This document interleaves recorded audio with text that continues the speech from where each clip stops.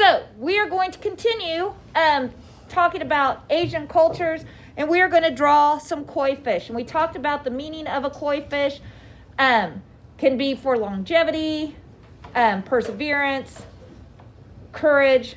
So we are going to draw and make our own koi fish.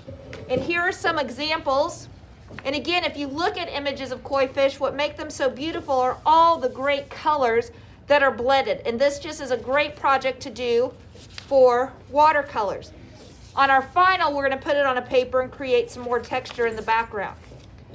So the easiest way for me to tell people to draw a koi fish is we are going to use, let's zoom in a little bit more. We're going to use a pencil to start with. So we're going to make a rainbow, which would be perfect because it was kind of like what we did when we were making those ice creams. We're going to make a rainbow, and then we're going to make kind of an ice cream cone or a party hat. See? Kind of looks like an elf hat. So I curved mine at the end. You need to leave a little room because down here at the bottom, I'm going to make a curved line, kind of like an eyeball, and another curved line for the tails, little bottom fin tails. The koi fish do have two fins on the sides. I'm going to draw the line for my head, and then right down the middle, I am going to draw a line, and I know it's so light you can't see it, but that is going to be where I draw. They do have a little dorsal fin on the top. Their eyes, if you are above a koi fish, you can see their eyes. They do have those little bugged out eyes. So I'm going to draw my eyes, and then yes, you can give your koi fish some fishy lips. Now, it's important when I draw, I go back and I erase that line. So I'm going to use a chunky fat marker to outline. I don't like that sound either. And if you find a Sharpie that doesn't work, then yes, we need to get rid of it.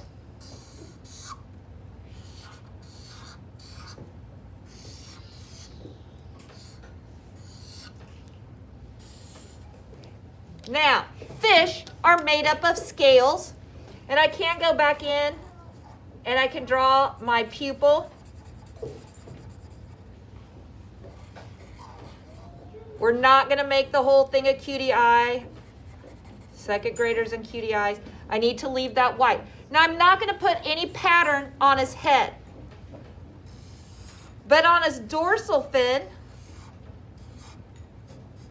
I want to create some pattern.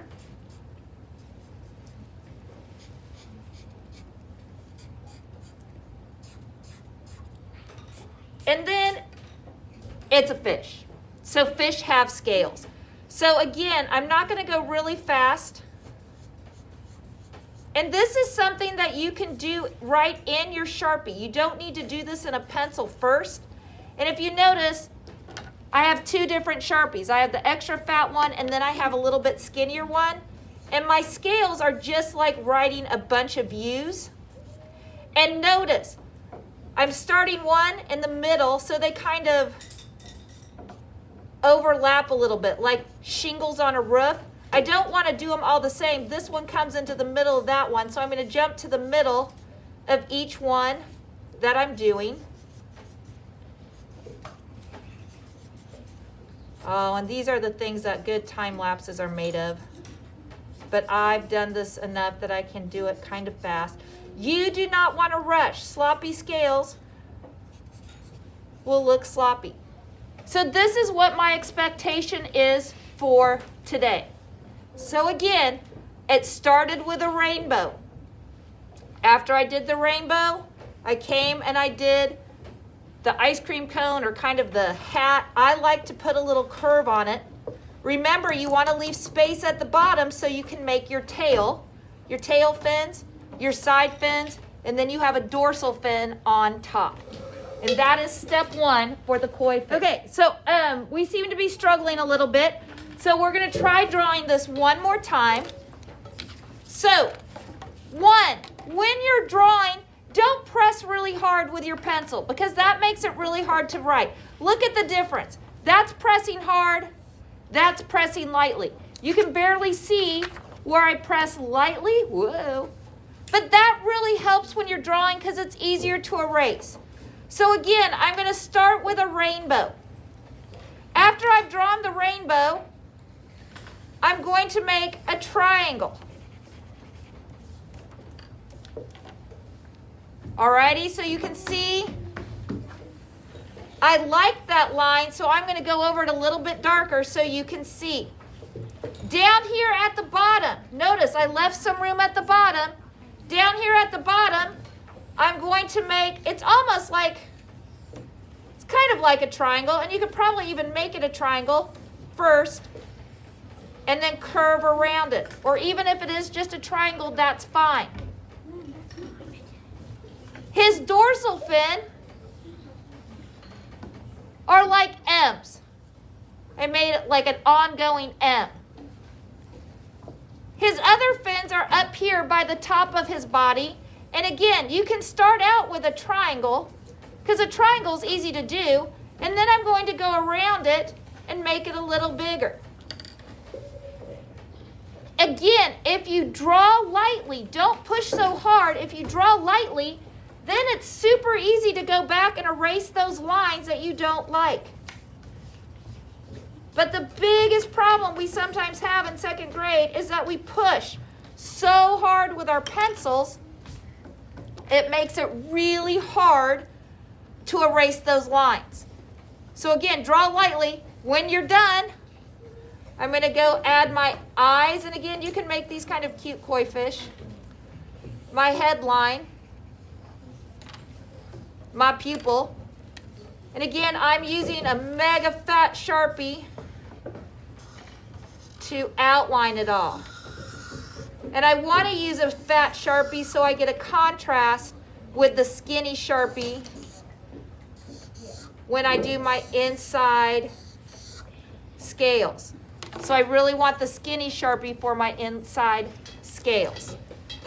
Alrighty, once you have your fish drawn and you have it all outlined, we're going to watercolor. And again, koi fish are so awesome the way the colors blend and bleed into one another. I'm going to paint my fish with water. I am not painting the eyes. And it's probably, oh, it's perfect actually in the video. You can see how much water I'm using. So you want to make sure you have clean water, which means if your other people at your table aren't ready yet, they don't want to use, you don't want to share the water with them. Once it's all wet, and I should have done this first, I need to wake up my colors. And my koi fish are yellow, yellows, reds, oranges, and blacks.